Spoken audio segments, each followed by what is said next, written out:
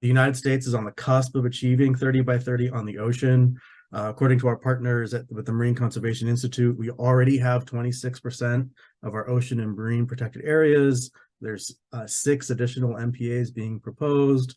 And when you take those protected areas and you combine it with some of the strongest fisheries measures, I think the administration probably will announce that we've achieved 30% on the ocean in the United States. Just take that with a grain of salt, though. 99% of those protected areas are in the Western Pacific. And as I mentioned previously, about half of those don't have management plans. So, there are still lots of nearshore resources, especially in the lower 48, especially in the Caribbean, that are in need of protections.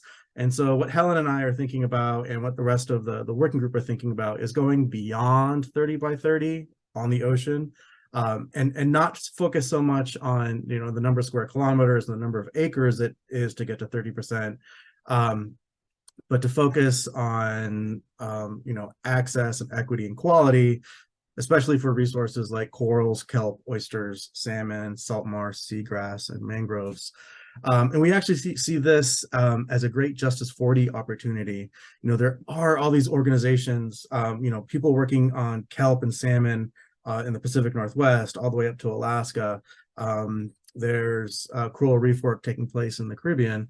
And with all these groups who just don't get the big prestige and all the attention that some of these large sanctuaries are getting, some of the large monuments, but I think that this coalition is in a really great place to help bring, some power to those groups. We can bring them into our coalition, help connect them to policymakers in Washington, D.C., and then help deliver a 30 by 30 that is just, but also goes way beyond just focusing on area targets.